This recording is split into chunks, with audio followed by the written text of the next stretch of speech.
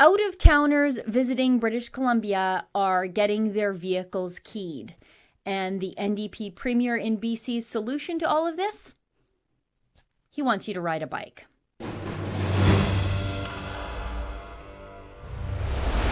Albertans want to spend some money in BC, and they want to take an internal Canada summer vacation. It seems like a win-win for everybody involved, right? BC businesses need help, and they need people to patronize them.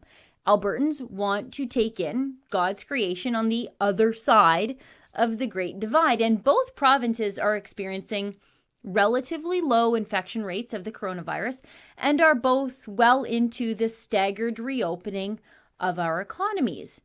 However, some angry British Columbia Karens, probably after watching a little too much CBC for their own good, have been attacking our Wild Rose Country license plates and treating Albertans like a bunch of typhoid Marys in oil company coveralls. Just look at this. A man living in Revelstoke with an Albertan license plate said his car was recently keyed and left with a note telling him to F off back to Alberta. It's pretty unfortunate, said Matt Graham, who has worked in Revelstoke since last year at Summit Cannabis. Graham said his family moved fully to BC this May. The damage to his car and the note left on his windshield occurred recently while Graham was parked downtown for work. The note was written on the back of a shopping list for Caesar salad. Then there's this from the Trail Times. I've lived here for 15 years. It's been a good town. I'm raising 2 kids here. I'm not from Alberta, said Jessica Ann Sophie Gray, who took to Facebook last week to raise awareness on this issue.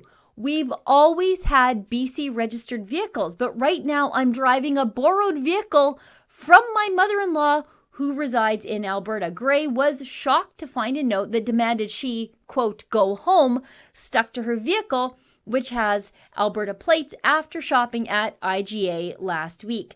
She wants it to be known that there are plenty of reasons that someone could have a car with Alberta plates while maintaining residency in Golden. You don't know the reasons someone is driving an Alberta registered vehicle, which is why I posted on Facebook, said Gray. But BC's NDP premier, well, he knows how to fix this problem of Alberta and also other drivers being targeted for vandalism and bullying. He suggests you just ride a bike, I guess, from the other side of the Rockies. Look at this from CP24. It's so ridiculous. I can't believe this came out of the mouth of a serious politician, but here we are. Drivers in British Columbia with out-of-province license plates, especially those from the United States, should consider taking transit or riding a bicycle if they feel harassed by local residents, says Premier John Horgan. Horgan also suggested Monday that drivers switch to BC plates to avoid pointed questions from residents who are concerned about the spread of COVID-19. I would suggest perhaps public transit, he said at a news conference. I would suggest that they get their plates changed. I would suggest they ride a bike. Now, this is so absolutely BC NDP. It's like it was made with a BC NDP jargon generator computer program. How are tourists from Alberta supposed to change their plates or ride a bike to BC? Horgan and Provincial Health Officer Dr. Bonnie Henry have also said interprovincial travel is allowed, and both have stressed that a vehicle's license plate does not mean the driver is from outside BC. Horgan said he can't tell people how to respond when seeing different license plates, but judging people by where their vehicle is registered does not often tell a complete story. We don't know why they would continue to have plates that are not consistent with BC, and we should act accordingly, he said. Friends, let's end this video on a happy note, because even though Premier Horgan has said one of the stupidest things I've ever heard a politician say, and I watch Justin Trudeau videos for a living, and he told us to haul our campers with e-bikes across the Rockies. And he won't tell people that your keys go in your ignitions and not across the paint jobs of Alberta pickup trucks. The people of Invermere and Radium, BC, well, they aren't scared to welcome Alberta tourists back to town. Here's what Invermere, BC Mayor Al Miller had to say to us Albertans. Miller says the anger toward Albertans came from a very small number of people and is not representative of the general attitude in the Columbia Valley.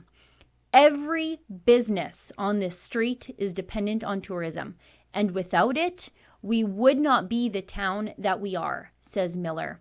We welcome Alberta. We like Alberta, so we want to make sure that that's loud and clear. Alberta, we love you. You know, friends, it's a great time to remember that our BC neighbors are not the same as their BC politicians, and the divisive Karens amongst them only ever speak for themselves.